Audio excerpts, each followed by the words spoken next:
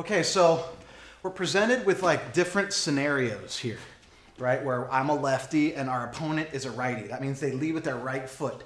So there's like this kind of extreme stance versus extreme stance. It's hard to enter in an Uchimata here.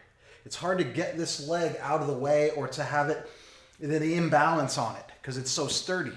So what we're gonna do is we're gonna use a sticker, which is just a ashiwaza, a foot technique, to be able to kind of have him lift his leg and reset it, okay? The sticker itself works great, but for now we're just gonna use it to create that imbalance and an opening. And we're gonna use a swing Uchimata where we're actually like rotating and kicking.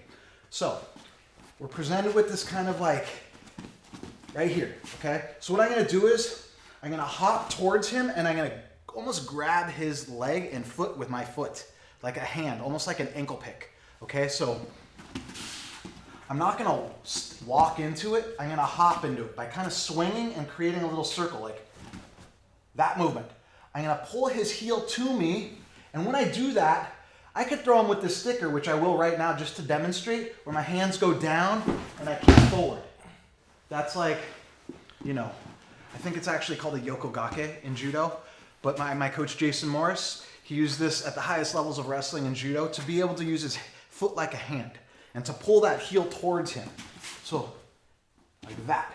A lot of times, an opponent will lift their knee straight up and step. That's where I'm entering. He's changed his weight distribution to a way where there's an imbalance. That left foot is carrying all the weight. So I want to be able to split the uprights as he's lifting and resetting. Okay, so the timing is of the essence. Being able to hop in as he's adjusting and making that adjustment. So I'm still pulling, looking at my wristwatch.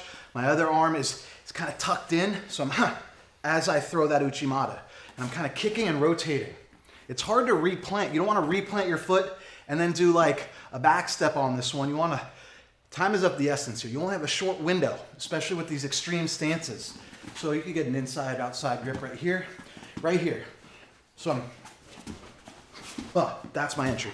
Right when he lifts that foot, you want to use your hamstring on the inside of his groin and kind of like, right there.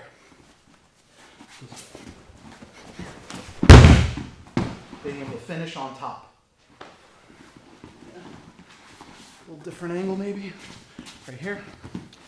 So I'm kind of like kicking my foot to create momentum and then coming behind that ankle and Achilles. So my toe is turned in, skewed, like that. I don't want to like reap it like that. I want to use my toe inside of his foot and my shin on the outside. So it's kind of a trap, right? Trapping that leg. Here, I pull that heel. He has a choice, whether to remain weighted on this foot or lift that foot.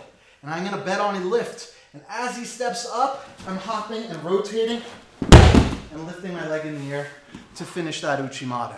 So when done right, against a really stiff opponent, you get a really nice whip and tight Uchimata finish. So there may be a little too much momentum, so you really got to be focused on punching your hand to the mat or cartwheeling over the far side. Give it a try.